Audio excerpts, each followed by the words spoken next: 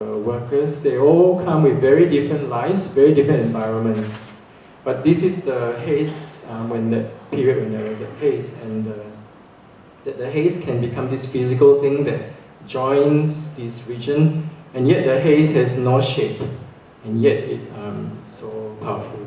And yet the region is changing to think about relating to the peatlands from which the haze comes from, and there are Singaporeans also contributing to a better cultivation of the land of this. So I think it's really interrelated, and to think of this interrelation is always then to think also of our climate, which I think making architecture is really to do with. And last, a really bad picture, but this is the house I grew up in, so I have told Kang Shou everything. So this is a compound house, a term compound, as I understand it, and the word compound comes from the word kampong. So the ground floor of this house is a house that's literally open.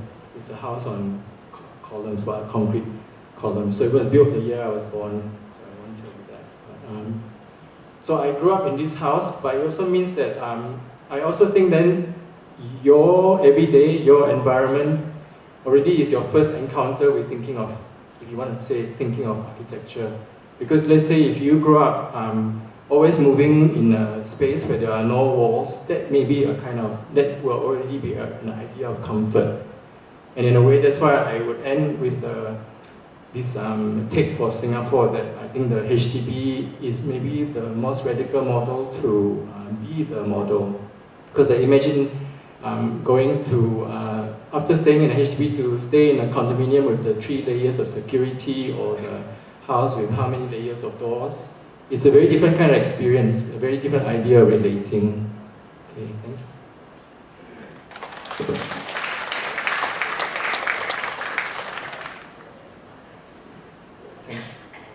Thank you, Ling Hao. Well, sitting here listening to his presentation, actually, I had sort of mixed feeling, and his work is somewhat familiar and yet unfamiliar. Familiar because I'm growing up, for myself, growing up in the 70s and early 80s, right? A lot of his textures and building materials are so familiar to me, and yet the way he juxtaposes the spaces are unfamiliar. We'll dwell on this conversation a little bit later. And also listening to he let us a little bit more about himself. He mentioned that he worked with Mr. Tan Guan Bi, and perhaps that's the link between our next speaker, Yong-Ter. Yong-Ter also worked with Mr. Tan Guan Bi as well.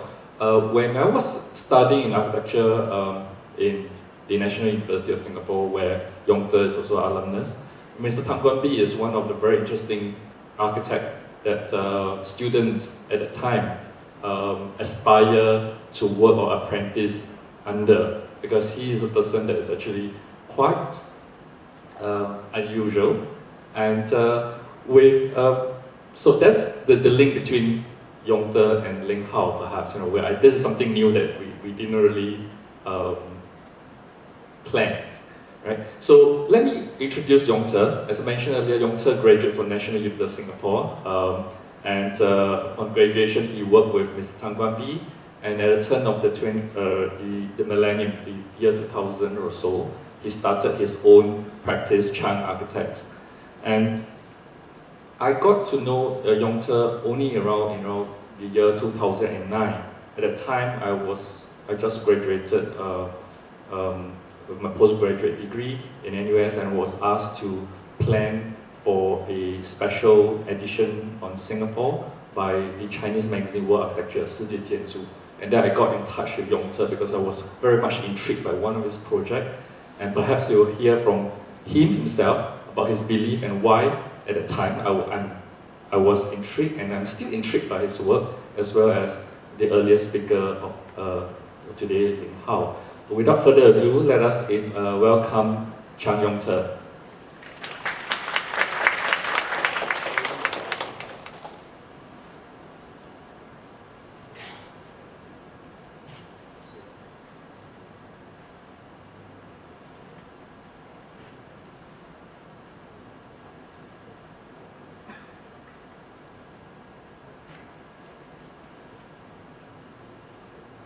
Okay, Good evening, everybody. First, I would like to thank Prof. Erwin and Kang Shua for inviting me to SUTD. I'm glad to be here. What I'm going to share are two projects. I'll talk not just about the designs, but more importantly, the clients that have influenced and made these designs possible. I believe that to be effective designers, it's crucial that we first understand our clients and their needs. It is also equally crucial that we have understanding clients in order for both hands to clap. In general, my clients can be described as being affluent. They can be sophisticated mentally, emotionally, and socially, very calculative, seemingly progressive, and last but not least, they all have some faith in their architects.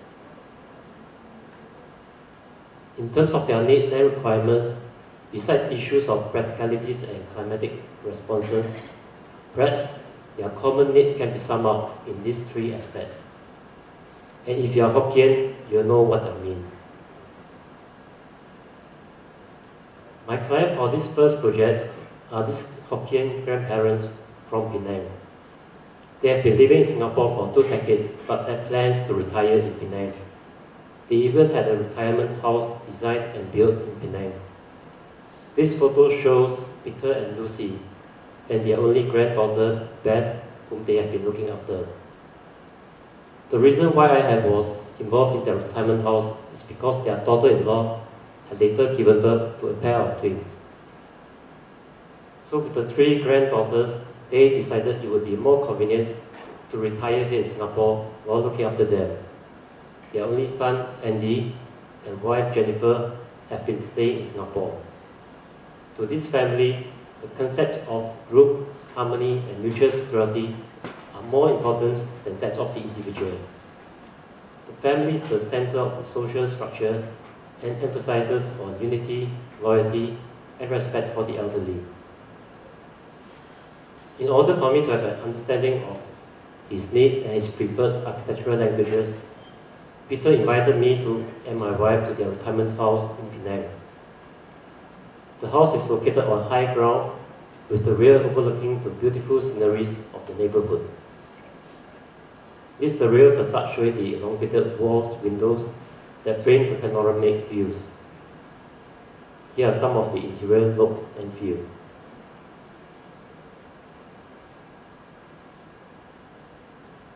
Peter also brought us to his durian plantation, knowing that we are durian lovers.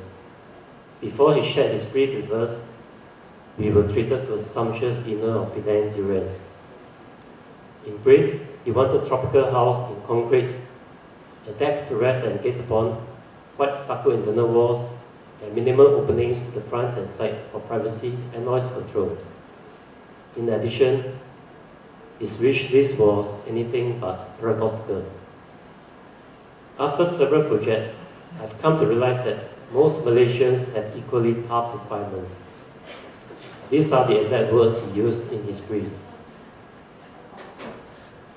In this region, the tropical house is commonly characterized by the overhang eaves, sun shading screens, louvers, and the extensive use of timbers. These are the typical solutions that address the local tropical climate. In response to the brief, the challenges became opportunities for reinterpreting the tropical house, one that addresses the family's needs, but also relates appropriately to the site context and the climate. The property that they bought also sits on high ground overlooking the neighborhood. One of the biggest challenges in this project is not about the site or the technicalities, but playing the role of a mediator between the in-laws, helping to negotiate their respective lifestyles under one roof and in harmonious ways. They say that when you get married, you don't just get married to your wife or husband, you get married to it's a package of goodies, including your in-laws. I think that's why they are called. In terms of planning, the rooms are strategically placed to cater for 2 homes in one house. By locating the rooms at different levels and using air wells and plants as separators, This configuration sets a balance in terms of privacies to foster interaction and harmonious living amongst the generations.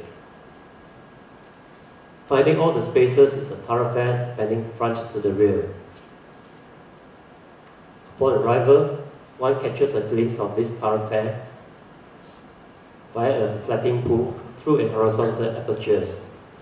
This is set at the eye level of the driver, where one arrives at the porch. The entry to the interior is a procession through a vestibule, where one is introduced to family portrait and greeted by a water feature. And upon making a turn, a cascading water feature unfolds. In terms of form, this is the reverse of the inclining steps at the car porch. Integrated with the car porch, this water feature collects rainwater and serves as a natural air conditioning for the spaces, a green oasis, and a backdrop for the thoroughfare. Wind that is drawn into the interior from above and below the step features gets cooled. In Singapore, where land is scarce, it's extremely rare to find natural settings for a house and too costly to lose floor area in exchange for outdoor garden spaces. Here, by inviting nature into the house, the family gets to enjoy nature even while inside the house and sheltered by the elements. Although nothing is natural here, the children enjoy the setting and have access to the natural elements of water, plants, and fishes under the natural daylight. The other end of this thoroughfare is Peter's Deck, which opens to the panoramic view of the neighborhood. Diagrammatically, the thoroughfare is the communal spine with the bedrooms and utilitarian spaces lined by the sides.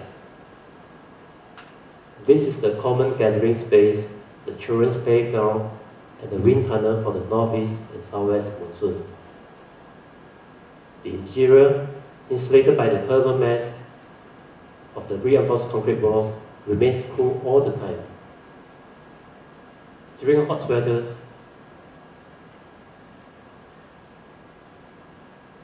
the interior temperature is about 6 degrees lower than the outdoor temperature, as this video clip shows.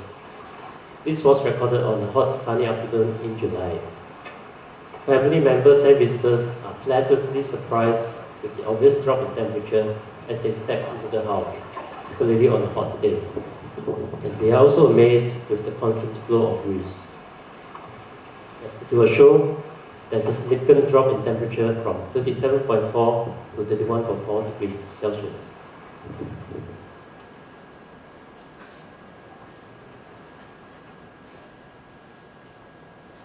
With the monolithic structures, spaces are day-lit, crafted by varying daylighting strategies and the choice of landscape elements.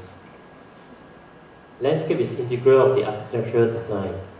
Specific plant and tree species serve their respective roles as sunshades, visual cues, space definers, connectors, for sensory enhancements, for therapeutic purposes, and for food.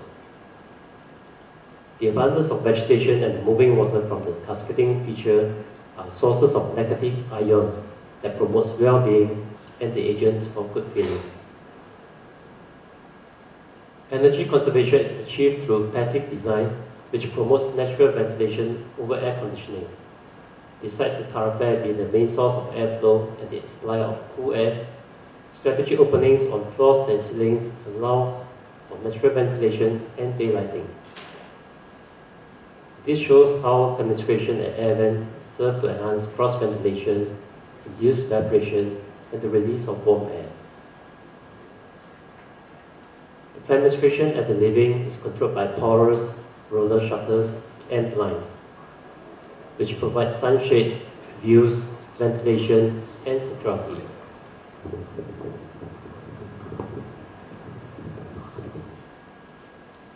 Visual connectivity is a key feature to foster a sense of security for the parents and children. For example, there are visual interactions between the children's room and living, and between the library and the living. I've always believed that no two houses should be the same because the needs of the users are different. and the context where the house is located would be different, and again, the budget would vary as well. Here my client has requested for a laundry chute. This is for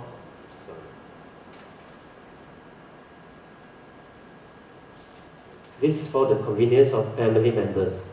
There's a chute available on each level for the rooms, and the laundry will land at the basement where the utility area is located, right next to the washing machine.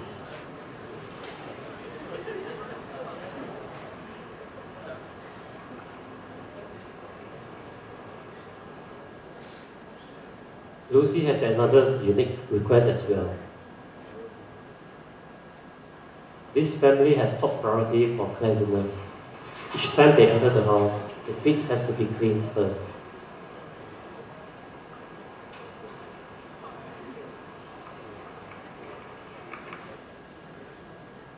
This house, in many ways, characterizes the family. At night, the facade becomes a canvas for the plants.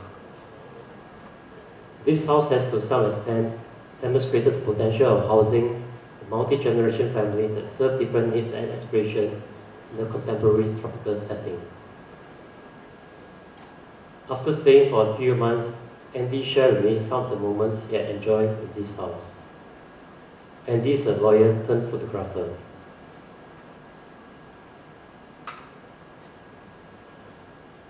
And a couple of years later, Jennifer, now the mother of 3 girls, sent over a photo of this Lego model that they built.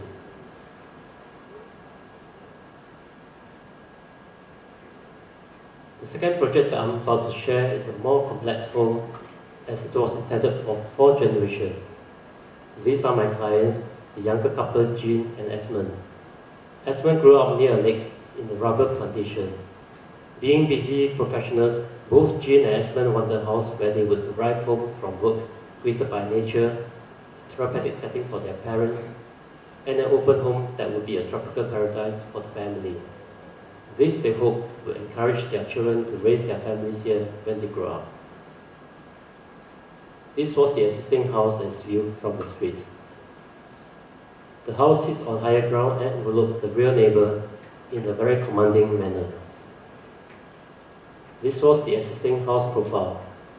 To meet the needs of the families, the plan was extended to encompass the existing pool.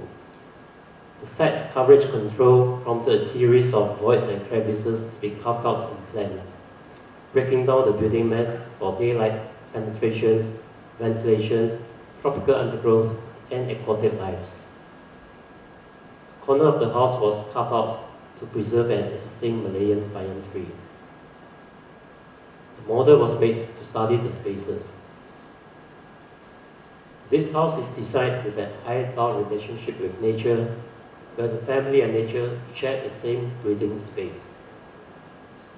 Plants and water bodies are part of the overall planning.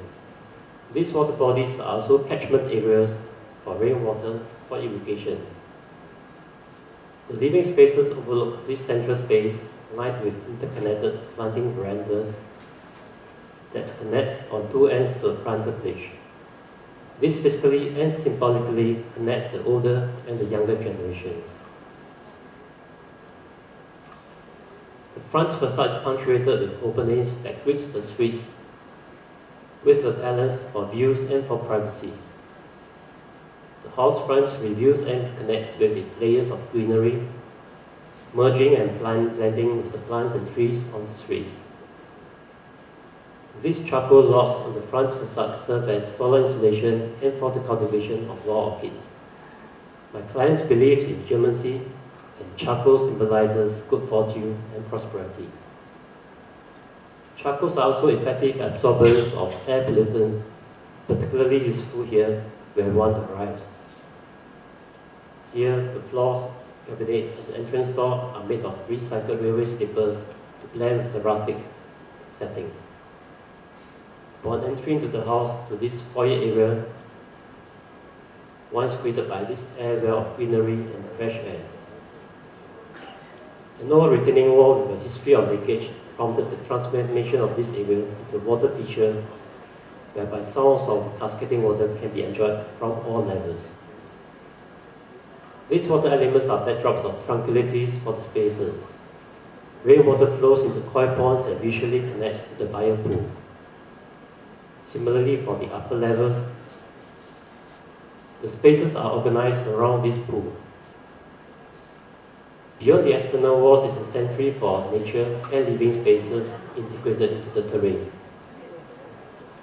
The rooms are interconnected by these planting verandas. Made of steel mesh, this provides sun shading and partial screens for privacy. This is the Malayan banyan tree that has been preserved. And it becomes a natural backdrop as the children access this passageway to their rooms. From the study, the planting verandas flow to merge with the planter bridge. Finished with the same steel mesh, the bridge spans 16 meters and 6 meters high. The vines of passion fruits growing on the bridge provide sun shading from the setting sun and a privacy screen for the rear neighbor who is on lower ground. Viewed from the rear neighbor is this west elevation and the planter bridge as a screen. Children love coming up here, an outdoor garden and a classroom for the appreciation and harvesting of passion fruits. And this is the view from across the bridge. This section shows the spatial configuration of voids and crevices resembling cave dwellings, and how this enhances daylighting and natural ventilations. The qualities of cave dwellings offer solutions to tropical living. The cool interior temperature is attributed to the way the spaces are enveloped and open at the same time, through voids such as this, where daylight filters in with the breeze. Here daylight streams through into the entertainment room at the basement, where the display of these light beams offer unexpected moments and experiences and entertainment itself. Up on the roof garden, it's fields on the ground, where tropical fruits are harvested. This roof garden provides insulation for the spaces below and cools the neighboring neighbor by 6 degrees. On plan, the site coverage has to be expressed as a green coverage of landscape beds and cascading planters that frames the central pool space. This view from the roof garden depicts how the house steps and falls with the natural terrain, forming an amphitheater at the heart of the plan, and how it becomes an oasis amongst neighbors. While high-tech and mass production define today's construction idiom, craft is very much celebrated in this house. The stairways are sculpted, so are the rebars and scrap bars to complement the natural lines. Salvaged materials and objects from the old house form part of the new house's schedule of finishes. The family is pleased in many aspects, including the emotional and the sense of well-being in this house. The grandmother, who is suffering from dementia, has been cheerful and able to communicate more often than before. This house has also become the popular gathering place for the extended families, sometimes numbering 60s at reunions. This house rekindles the kampong and communal spirits of the past, whereby architecture and nature set the backdrop for family bonding. In highly urbanized Singapore, this has been a century where the family returns to from epic city life, with a quality of living that's tangible and experiential. This photo was taken just before the house was completed, where the family gave a high tea treat to all consultants, contractors and suppliers. I must say that although Singaporean clients can be generally demanding, most of them are appreciative of the good efforts put forth by the team. I think this is one of the most rewarding aspects of being an architect here in Singapore. Thank you very much.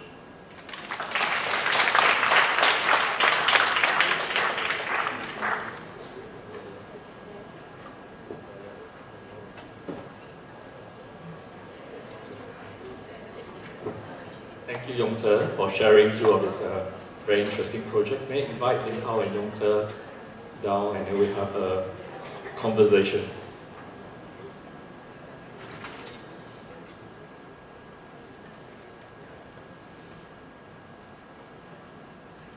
Well, to start off, actually, Joshua actually sent both of you a list of questions, and I found that some of the questions are actually quite interesting, and I'm also very curious to hear your thoughts on the questions.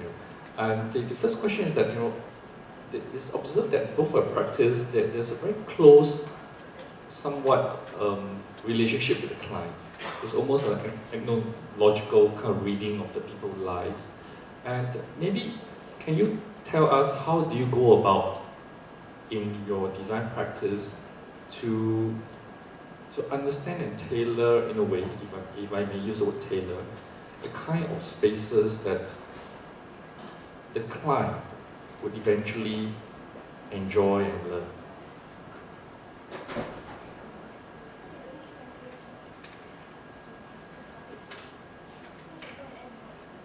Maybe I start first.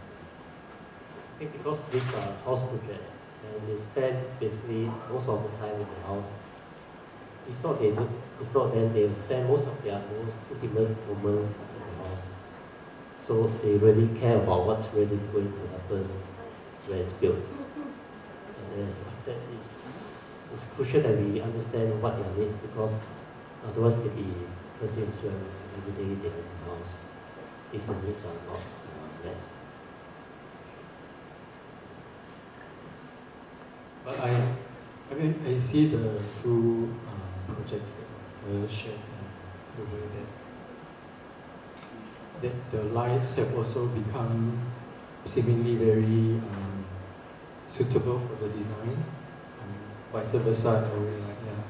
I mean but I also see that, I mean, as architects, you're also actually designing something fresh, because even in the two houses that Yong-Ter made, they are not, they are specially made. But then there is also a process of living in, I suppose. So I guess it's nice when the two can go on from what you've done, rather than, it's not to say that the moment you finish the house, the design is successful. And I think that's also what maybe I'm interested in, that architecture is part of a longer thing, and to discuss architecture also is to discuss the ideas, but it's also to discuss how it contributes to this world that we live in. What I was trying to drive at is that we always tell students that we have to understand the client, understand who are you designing for. And in all your projects, there seems to be a lot more discussion about the lives of the people, and the spaces that is created seems to evolve with the life of the people. And when spaces are evolving, that is something that's actually very difficult to capture. So maybe you share a bit with us, how do you, through your working process in the designing, how do you go about capturing the chance for the space to evolve when the family changes, when how people interact with the spaces that you created changes? I think if we compare with a house and say a condominium was designed for the masses, the house is very much tailor-made to their daily needs. And so it's not possible for another family to just take over a house. And there's a lot being done during the design process, because it would be too costly if things are involved when things are at the construction site.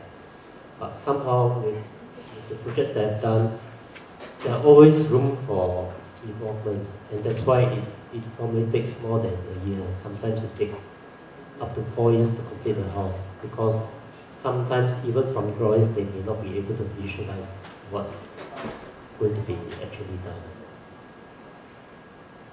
I think of my projects, the tea house, the house with the garden inside, is the one where really I had no, I mean actually I have a slightly different kind of process. I think a lot of my clients don't share so much with me, some of these clients, and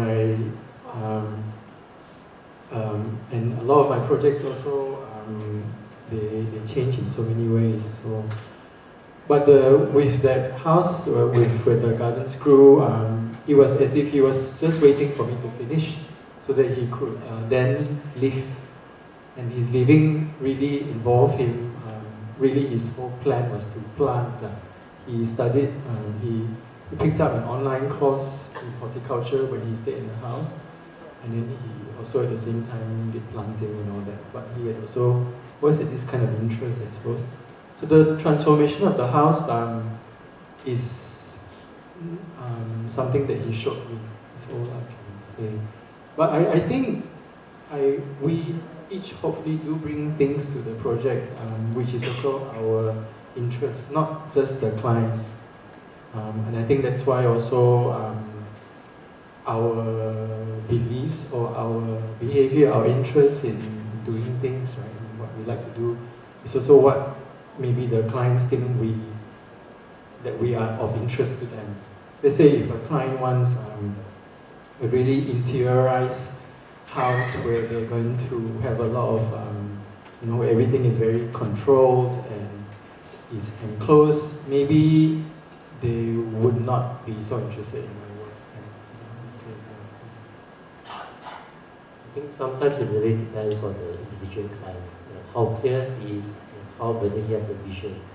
If he doesn't have one, then it's important that the architect himself has a vision based on his written needs and requirements. In both of your projects and both your practice, it's appeared to me that it's actually rather deliberately casual. It's casual on hand, and yet it's very deliberate.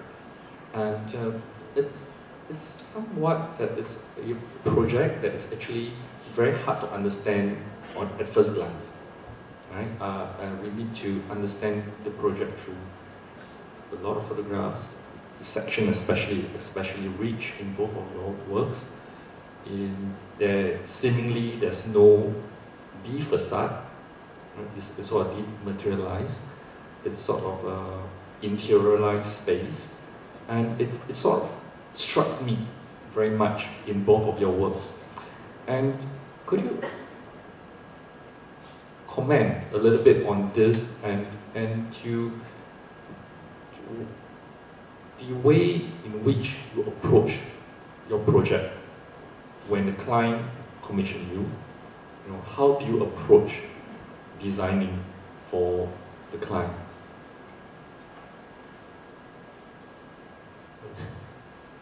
I'm actually quite glad that you mentioned that the project's casual outlook, because I'm a typical Singaporean, brought up in a typical Singapore education system. I've been always seen as someone very straight and regimental. So to produce works that are casual is a compliment to me. But I use the word deliberate.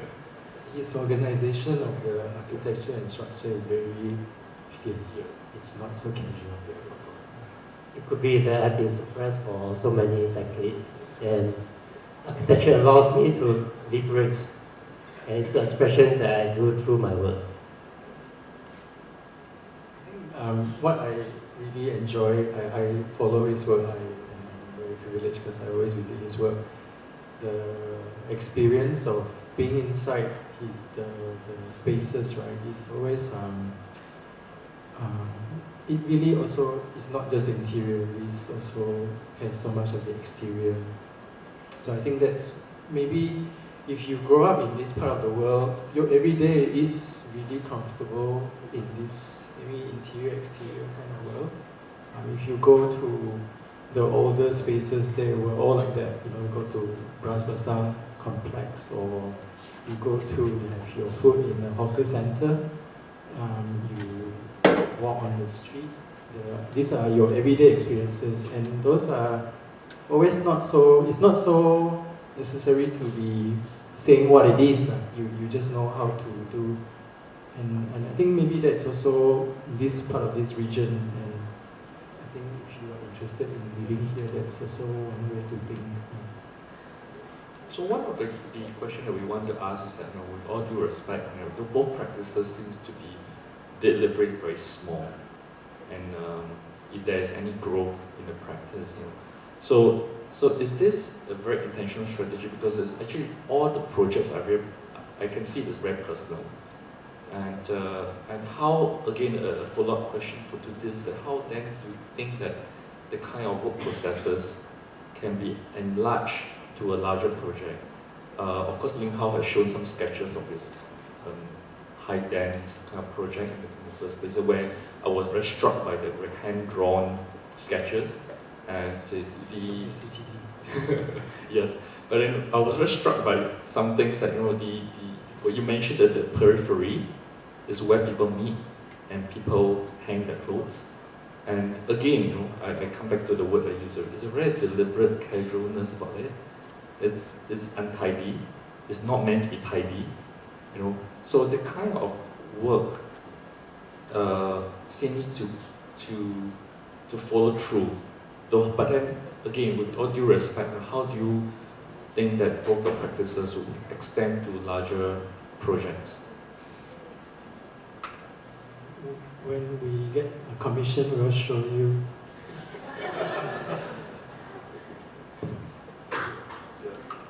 But really true. We learn from doing, and it's a kind of a. I mean, yeah.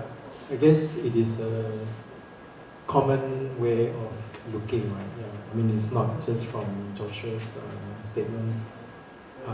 It's a kind of we do get introduced to clients, and then the issue becomes like,